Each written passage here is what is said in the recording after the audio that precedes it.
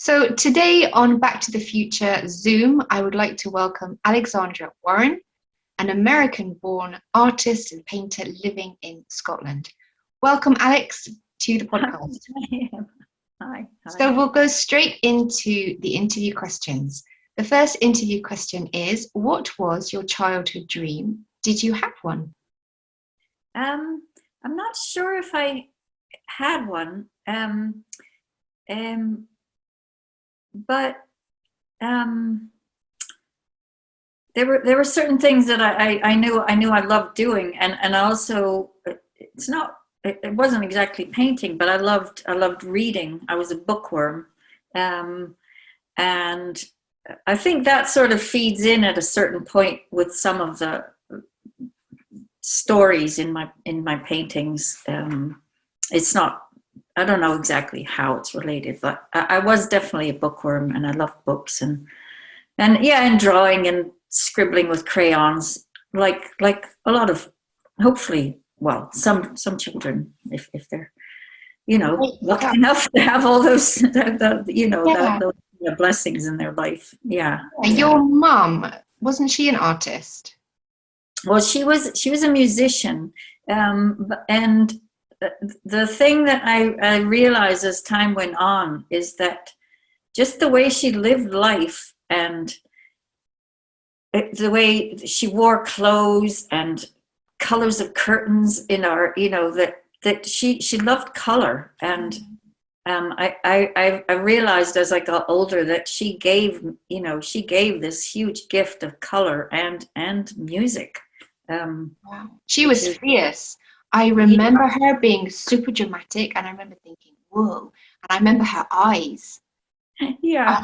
She was so larger than life. Like, wow, what a character. So you said you loved reading. Did you ever consciously kind of choose books about artists, or did that sort of come a little bit later when you were kind of looking up, artists and painters, maybe famous ones? I think mostly the books. I just love stories and reading things like that. But as I got into being a teenager, and then I gravitated towards abstract expressionists at first, and I never saw myself as someone who would be painting figures. That never occurred to me, and that just evolved over time. But it made sense as I look back. Just my childhood growing up around, icons, just, figures, figures are always in them. And even though I think what I loved about the abstract expressionist was the physical, the paint. And even when I'm doing figures, it's always the materials that I love. That's what matters. And it's, just whether it's paint or whether it's metal leaf and shellac, and whether it's scratching on a surface or sanding it or putting something down and then taking it away. It's the materials. And I think that's the connection between, I've kind of gotten away from the book thing, but it's the connection, I think, between my first love for like the abstract expressionists, and then I spent a semester at uni in Florence in Italy. And you spend like 4 months looking at Madonna and Childs, and it's gonna have an impact. Very powerful, yeah. Yeah. And it was after that I just sort of naturally started developing these sort of figures. Yeah, there's two beautiful paintings for people watching just behind you. So they're gorgeous. And what struck me when I first started seeing this kind of series of paintings that you started was the beauty of them.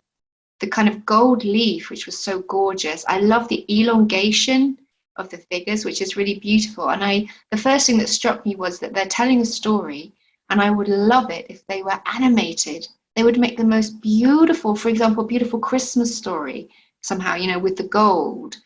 So would you say that your paintings were influenced by Greek religious, like the icons that you see in the churches, in Greek churches? Yeah, I think looking back, that all made sense to me. It wasn't something conscious that I set out to do. It just sort of, it just evolved. And then looking back, it made sense. And the other thing that, so I think the stillness and also the flatness in an icon, I love that. They're just simple in a way, But there's but depth to them too. but yeah, but powerful. And the other thing I loved was like in Athens when they opened up the Cyclotic Museum, and those simple cyclotic figures.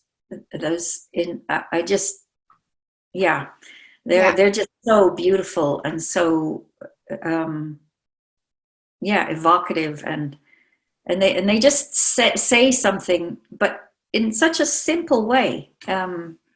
And yeah, I think it's hard to get away from that once it's come into you, and if you Yeah. love it, connect with it. Yeah. I Yeah. think anyone growing up in Greece, in the nature of Greece, and this is something that I wrote about in several of my books, which are based in the Cyclades, is that it just seeps into your soul, that kind of beauty, the natural landscape, the surroundings, the art, the music. And if you're artistic in any way, it's going to come out later in life.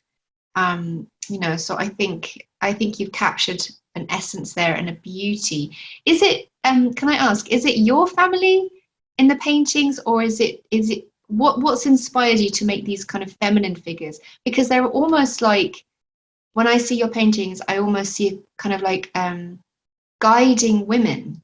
When I look at I get a sense of wisdom and of guidance. Like Mm. women that kind of know something and kind of imparting something through the painting.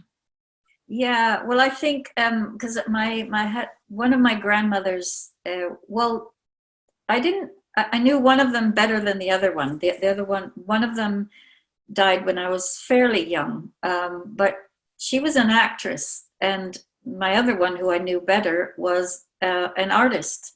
And I think um, they were quite strong. Well, they're definitely strong characters, and like the one who was an artist was a sculptor, and to do to become someone who did that, who was carving into black granite, which I've spoken with sculptors since then and been told that that's like one of the toughest forms of stone that you can carve. And when she was carving that, it was in the I think it was the 1930s. um, there were no, it wasn't machine tools, it was hand. She was carving that stuff, and she made these big life-size sculptures of women mostly. And I think Wow. that impacted me. And there was one of them, it was beautiful. It was called Woman Washing Her Hair, and it was partially abstract, but it was a figure of a woman and hair coming down the front, in this kind of I shape. can see it. Yeah. Beautiful. Yeah, and they were, I think these women in my life, and then my mother, who was definitely, another strong character. And I see, when I watch, also when I see other women that I know who are raising children, maybe on their own, or friends of mine who, even if they aren't if they're raising children with partners, there's a lot of strength that goes into that, which you'll know about. Mhm, Um, mhm. and to me, that's something that's just coming out that more and more, is this kind of strength that it takes, also just to be a human, just to live, live Yeah, life, absolutely. try to live it on your own terms. It takes some strength. It's not, it's not a. Not something that should be taken for granted. Yeah, Yeah. yeah, Yeah. yeah. So I guess what I'm trying to say is these various women, my grandmothers, who were doing things that, acting, carving stone, um, being artists, they weren't the given things, I don't think. But when is it a given thing? You know. I know, but it's pretty extraordinary. 1930s to be carving black granite. Is there? I'm intrigued now, so I'm going to go off on a Yeah, nerd tangent. Where yeah. can I get to see some of those? Are they on display or? What the one that used to be in our family, in our garden, is now at a museum in Pennsylvania, and I think it's called the Michener Museum. Okay. It's Cool. outdoors in water. It's like there's a little pond, and she's in Oh, the middle of it, like beautiful. outside. Wow, how cool is that? Because Yeah. there was a movement, I think 1930s, 1940s, where painters started to portray the kind of everyday moment, and washing hair, that kind of vulnerability and the Hmm. beauty of the female form was this very popular thing. But black granite, that's a whole other wow. So Yeah. that's amazing of her. So you've obviously had some wonderful, strong influences, which has kind of answered a lot of those questions, Alexandra. Thank you. Hmm. So was there a moment that you first became aware of color and form, or was it just like a gradual process? I think it was. I think it was probably gradual. I think what what happened with me was that because my grandmother had been an artist, and that was my father's mother, um, uh, I was sort of encouraged not to go down that route, to the point that, like, when I was in high school, I was just studying. It was all academic subjects. I didn't even know that you could do art in high school. I didn't know there was an art department in my high school. I had no idea. So I was doing English and biology and history and, you know, things like that. And I went off to university, um, to study English and biology and ecology specifically, because I wanted to save the planet, you know, it was acid rain and all that kind of thing. And basically, that didn't really work. I ended up sort of, well, yeah, I basically had a nervous breakdown. And it was after that that I was in, to kind of calm me down, I went to the little art school on Paros, and was just given some canvas and paints and just left alone. They said, paint, you know, and have fun. And that was when I just, speaking of color and form, that was, I think, why it was all just abstract. I was just playing with color and forms and just playing with the materials. I didn't have any notion of, didn't know drawing. I hadn't done any of that, like in high school or anything like that. So I was, and I was just playing with the colors. And then I would go out also sometimes with, to paint with some of the other people on the island, like Alice, and we would paint the boats, you know, the fishing boats. And in Greece, they're so colorful. So I think that was a big influence in terms of color, was just the fishing boats, the Bakeries everywhere. yeah, and the fishing boat in the sea, and the you know, the blaring sun coming down. I think it's big. It's a big big thing to take in, all that color and everything. And I guess when you've grown up with it, as we both did, it's a big part of out of my life. And yeah. So was that with Brett and Gale, like the original Aegean Yeah, Festival of yeah, Arts? Wow, yeah, how yeah, wonderful. So yeah, they were in the neoclassical, the old yeah, building. yeah. And it was Brett who, I'll never forget it. I was just all by myself in this studio in that building. And I had one window that looked over the town, the buildings, and out to the sea. And I had canvases that were nailed to the wall.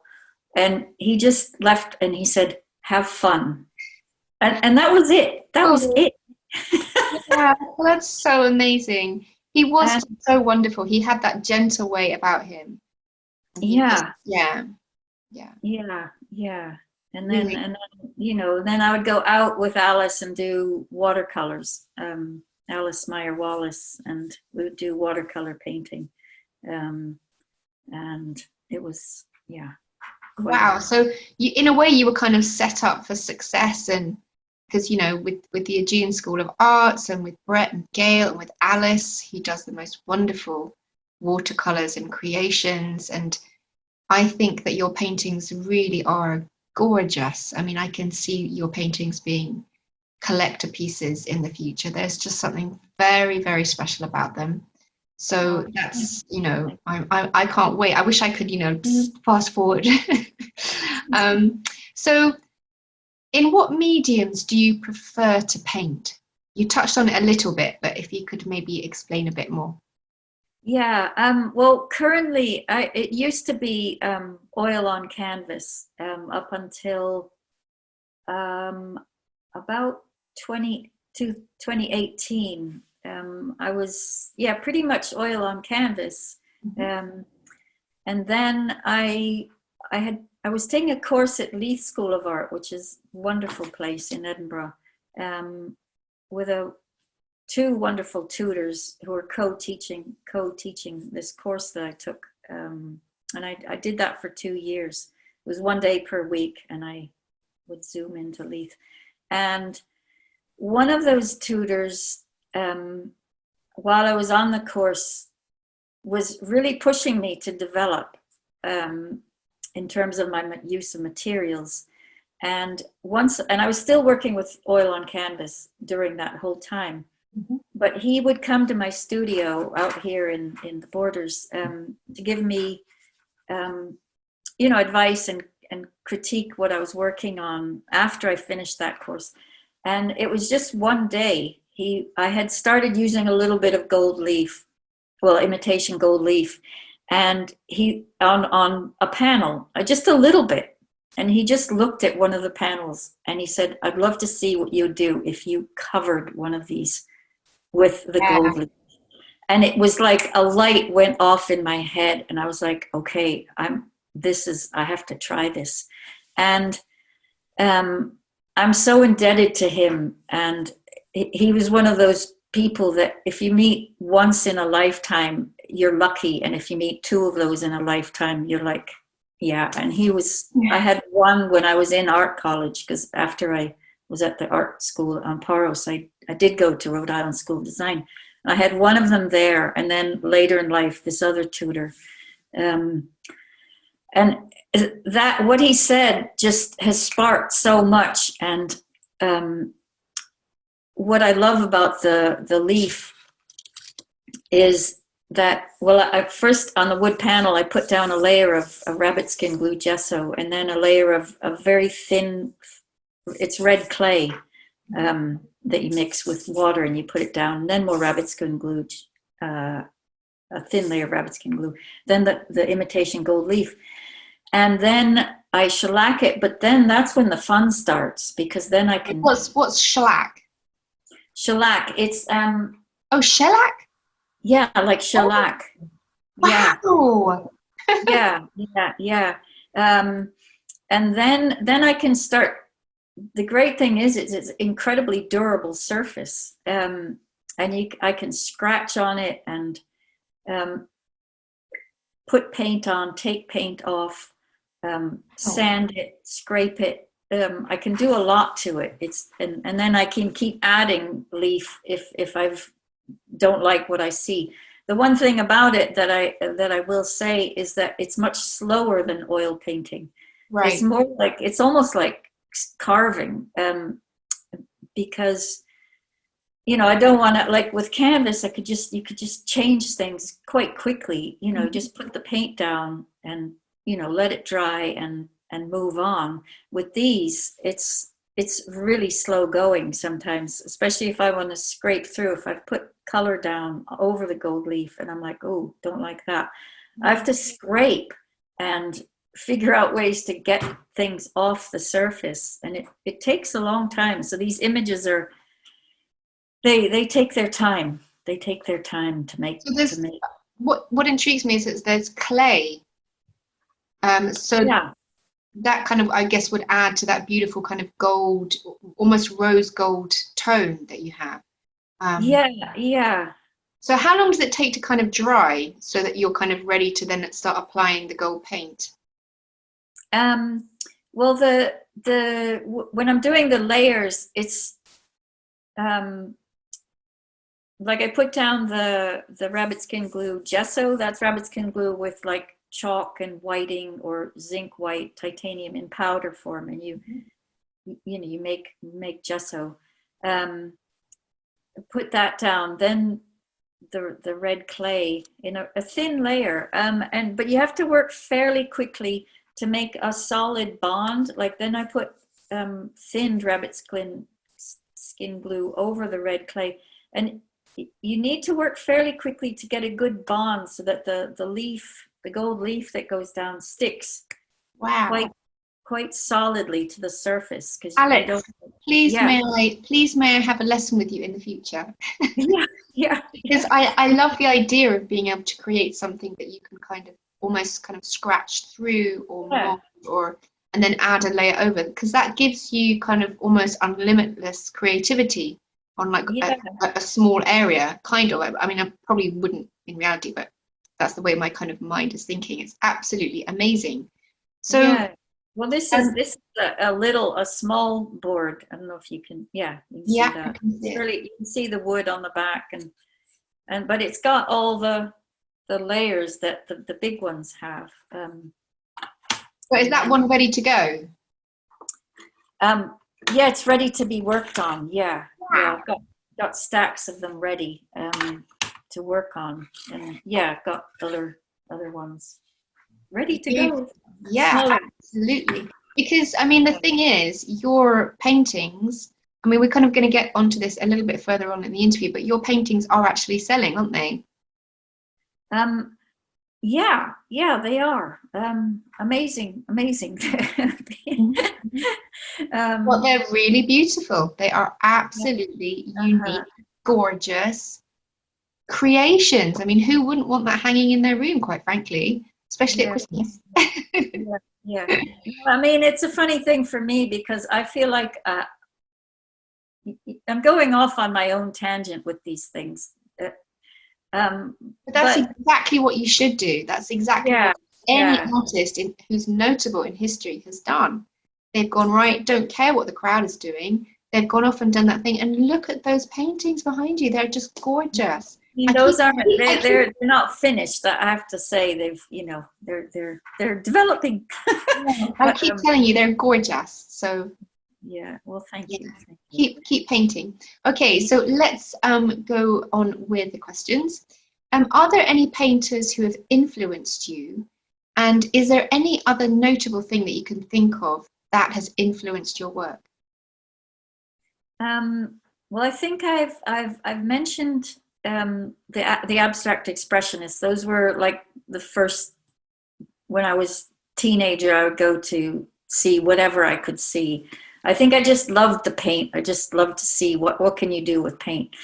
And then, but then my interests vary from like Fra Angelico, to the abstract expressionists, Fra Angelico, Chagall, Cézanne,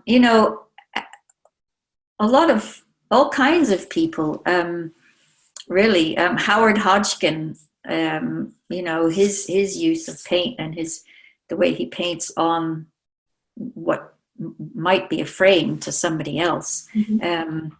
And cave painting. That's one of my goals in life, is to see some of them in real life. The French ones. Yeah, or they're all over the world. Obviously the closest ones to me nowadays would be the ones in France. I'd happily go see any that I could. Just that humans just wanted to put things down, and their handprints and the animals that they did and everything. There's the fact that they just wanted to get something down, I think that's what artists do so well. It's like something that we mentioned a little earlier in the interview, the strength of your ancestors, like your grandparents, your grandmothers on both sides, being artists. And as you said, it's not easy just being human, but to then express yourself and express both your strengths and your vulnerabilities through the things that you're creating, to give that kind of sense of to the viewer, you know, that we're kind of in this all together. And I think there's something so beautiful and comforting and so strong about artists. You know, you're giving a beauty to the world, and goodness knows we need more beauty. Yeah. I think, you know, and we all need, you know, much more encouragement after COVID. So I think your paintings tell a story. They would be wonderful as an animation. Have you ever considered animating your paintings for children? I hadn't ever thought of that until you said it. I'll just be totally honest.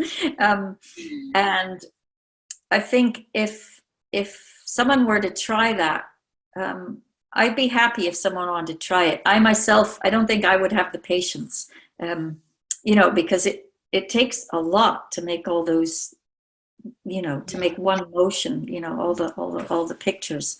So I had never ever considered it, but it's an interesting idea. Is there a story? Have you ever sort of made up a story in your head about the characters, or is it just that kind of influence from your family? I think it's just more. It's more the influence of my family. I think I don't. When I start a piece, I might have an idea of what to put down, but that generally isn't what ends up being the image. Interesting. It's just the starting point, and what wants to come out will eventually develop.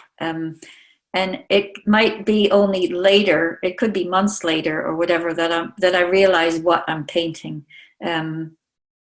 So it's not a conscious, oh, I'm going to paint this idea at this time.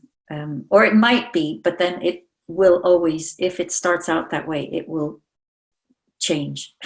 Wow, I love that. I love the kind of journey of like a piece of creation and how it goes from the beginning to the end. It's so intriguing to me, and it's so different and unique to each artist, and I think that's what's so amazing about art. So, Alex, you're a mum and you're an artist. What obstacles did you have to overcome in order to find time to paint? I think the trick is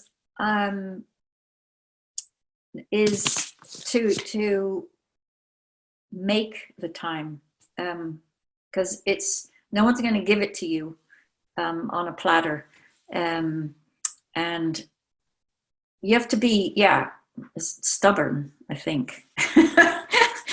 You have to be pretty determined. And also the whole concept of having a studio. I remember I used to think, oh, I have to find a studio. And then I had met this neighbor who was also an artist. And I said, oh, I'm looking for a studio. I'm trying to find one. And she was like, well, just get one. And she was incredibly direct. And I think it's the same with time for art, and also with getting a studio. I think you don't have to think, oh, maybe I'll find the time. You have to make it. And if you want a studio, it's like what she said to me. She was like, get a studio. Like, don't waft around and think you're going to stumble into one. You got to go for it. Absolutely, absolutely. It's like, you know. Yeah, some of the best advice anyone ever gave me. Yeah, I couldn't agree more. It's like, you know, for years I wanted to like record, and I went to recording studios, but nothing ever seemed quite right. Like I wanted, you know, control over, you know, the things, and I wanted to understand the sliders and the knobs and all kind of like audio equipment. And so, you know, I just did it for myself. And this studio is in literally the corner of my bedroom. I just, my living room, you know, I've made it. And so you have to find that time. And if it's important enough for you and it's meant to happen, I think it will. So just kudos to you, because, you know, the beautiful paintings coming out of your studio were just meant to be, honestly. So gorgeous. So yes, being stubborn and being determined, absolutely good advice there. So, did people support you in pursuit of your dreams? And dreams here, I mean, taking the time to paint and being an artist. Yeah. Um, um, if let's see. This is an interesting question. Are we being diplomatic here? Yeah. No, the people who I like, Brett Taylor and Alice, who that first summer when I started painting, they were so supportive. And also my mom was very supportive. So I think I had a lot of support from some people, and then from other people maybe less support. Mm-hmm. And you have to take the support from the people who are giving it to you, and run with it. Mm-hmm. I think that's a really good point. I think for anything that you want in life, the expression "strike while the iron's hot" couldn't be truer. I think whenever you get that opportunity or that contact, that moment, that phone call, that open time slot of 30 minutes or an hour or whatever it is, you have to grab it. And you have to literally, as you said, you have to run with it and go with it, because time is ticking by so fast, and none of us know kind of how many more full moons we'll see. And this is me romanticizing here about Alexandra, but No, I mean, it's so true what you say. We do have to kind of seize the moment and run with it. So such great advice, Alexandra. So you did have some support, but I think this is all on you. This is incredible that you've done it and you've been determined and you've made that space, which kind of leads me on to my next question. When and how did you have your first exhibition? Well, it kind of depends what type of exhibition. Like a big gallery exhibition. Yeah, okay, so like a prolic. Okay, so that was, I would say it was 20, like 2016, in after I'd done that course in Leith. Mm-hmm. I had been in touch with a gallery owner in Edinburgh. Just I loved what she had and has, what she shows in her gallery. And I had been in touch, and through the course that I've taken with my tutors in Leith, we'd also been in touch with her, as students. And I had organized a show for myself in a different part of Leith, in a gallery space in a building where a lot of artists have studios, and they also had a gallery space on their ground floor. And I'd organized an exhibition for myself there, because you could do that. And the gallery owner was wanted to come see my exhibition there, but it was a tricky time. It's August, and you know what August's like in Edinburgh. It's just insane. Well, I mean, pre-pandemic. Very busy, yeah. Yeah, very busy.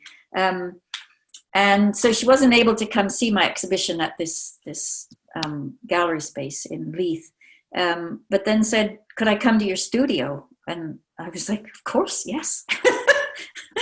And came like the next day or 2 days later. And the funny thing is that then she had written me an email, which my computer decided to put into my spam folder.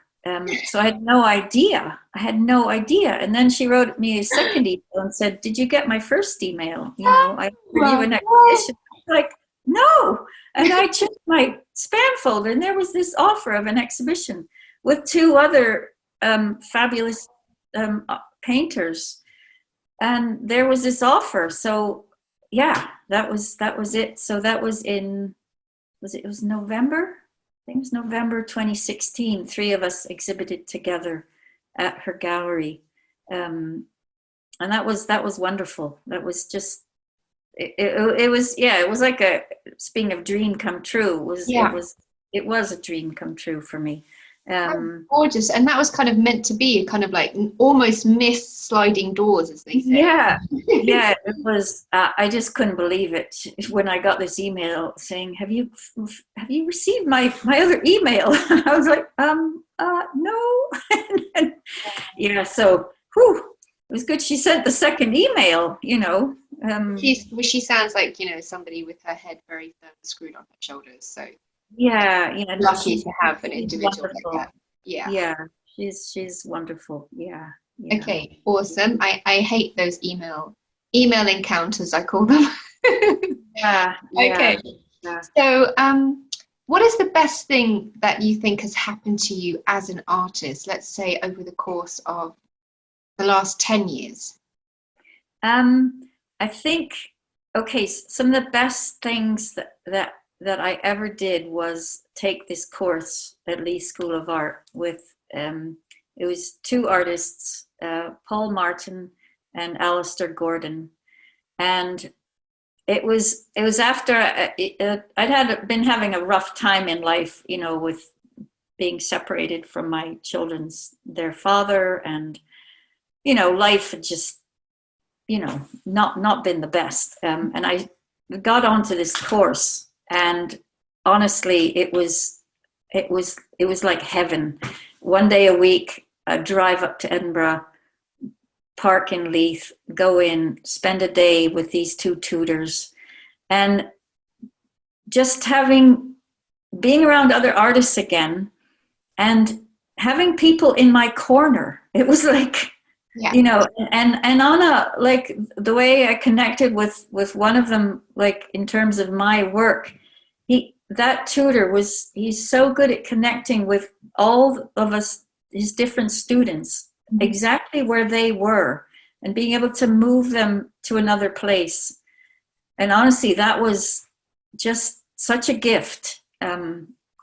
And the two of them just encouraged me, and just that like gave me the boost that I needed at a rough time in my life, to just go for it and just keep going and keep developing and trying to get out into the world with my work. Yeah, the two of them were absolutely huge influences, and huge help to me at that time in my life. So is that course available once a year, or it's not running, it's not well, it's I think the same course isn't running anymore, and one of the it's really sad. Well, yeah, there's sad news about one of them, but I don't. Oh, right. Okay. Alrighty. So would you encourage others to paint? You touched on it slightly there, saying, keep going for it and grow. Like, what would you say to encourage others who have that kind of painting, they have that kind of painting buzz, but they don't know how to kind of leap in or have the faith in themselves to take that step and actually, go and buy the stuff? What advice would you give them? Well, I think I might go straight back to what Brett Taylor said to me, was have fun. I think you need to start there. I think, well, I don't know. I found it a good piece of advice for me. Not to worry, like not to think, oh, I've never drawn the figure, or I don't know how to draw a flower or a tree or whatever. Because I think people can get a bit caught up in all that kind of thing, and I think it does stop. It kind of can be a block. So I think just that advice of have fun, like maybe just take paint and make a mess for a while. Take some. Yeah, I think it's great advice. I've noticed with my two children is that when we kind of sit down as a family and they just paint, and they're kind of expressing from their soul, which is kind of a bit of a poetic way to say it. But when they do that, the paintings they make, I'm amazed by and I'm astonished by. And there's a big difference between those paintings and the paintings they do when we've like studied something, say on YouTube, and we've been learning how to, like, as you say, like draw a tree or draw a face, they're two totally different types of painting. And I prefer the first one, when they've just been having fun and just been expressing themselves naturally. So I think that's a really, really good point, Alex. Mm-hmm. So in your opinion, what qualities does it take to achieve success as an artist, or do you think it's personal to each artist? There are probably qualities that are personal to each artist, but I think also a certain amount of determination comes in pretty handy, because nobody's gonna hand you anything like it. Well, I mean, they will hand you things, I think, if you put in work, but you do have to I think being determined is if that's what you want to do, and if you are doing it, obviously that's what you want to do.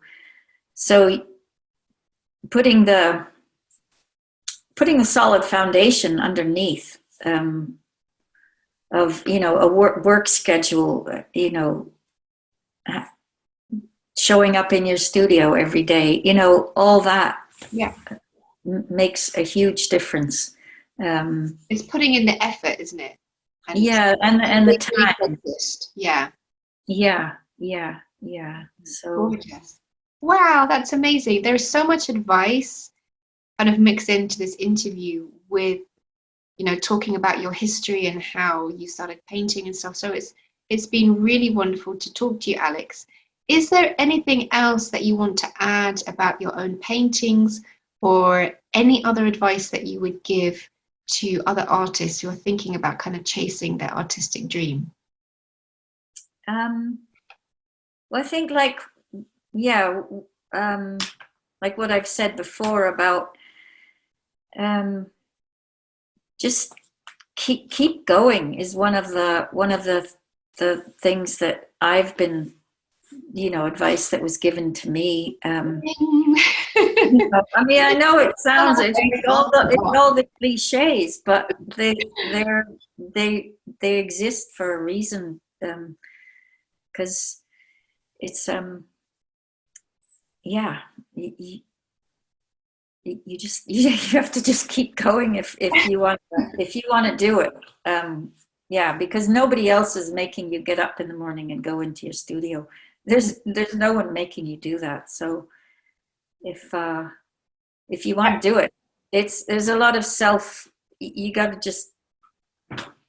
just I kind of think it's always a combination of things. I think it's stubbornness, drive, ambition, passion, inspiration. And some people have all of that, and that's amazing, but they burn out really quick. So I think if you have one or two of those, or you just, like me, I just keep going on total stupid stubbornness. That's the key to my anything success, if you want to call it success. Seriously, stupid stubbornness. And I've just gone, and I've just kept going, and I just, and I have got somewhere in my view. And so I'm really happy at what I've achieved. So I want to kind of give that message to other people that,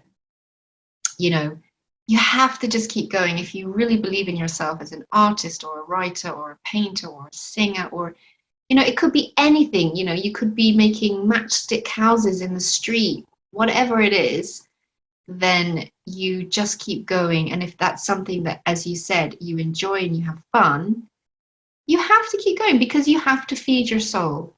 And I think that is what dreams are about. And I think when people's dreams and their passions stop or are finished, then that's a kind of reduced, less happy person. And I hate that. So anyway, that's my 2 cents worth, Alexandra. Yeah. No, it's I think if where you feel, like, to me, like I feel more my center of gravity when I'm in my studio. Like, I feel like when I'm not in my studio, it's like I'm not lost, but I'm, it's not, I'm not the same. And if that's where you feel like good, at then home, you feel at home. at home, I then think that's what you were meant to do. I yeah, honestly. yeah, then try your best to figure out what it's going to take to keep that perpetual, keep it going, somehow, by hook or by crook. Yeah. Yeah. Oh, it's so nice talking to you. I've got a little snoozing dog here. He's so cute. I'm really sorry. He's snoring a little bit, so Wow. Oh, he's so wow. adorable. I pick him up, but I don't want to disturb him sleeping.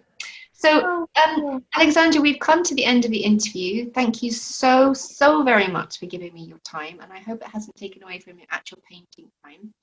Is there any possibility that we could get maybe a little spin of the laptop to see your studio? Yeah, yeah, yeah. And this is, I have to say, up until this autumn, I've been in a studio, which I still have, but it has no heat. And having a pretty rough time with long COVID, I didn't want to spend winter in there. No, obviously not. Oh, So God, I've, so gorgeous. for this work, Oh, wow. They're beautiful.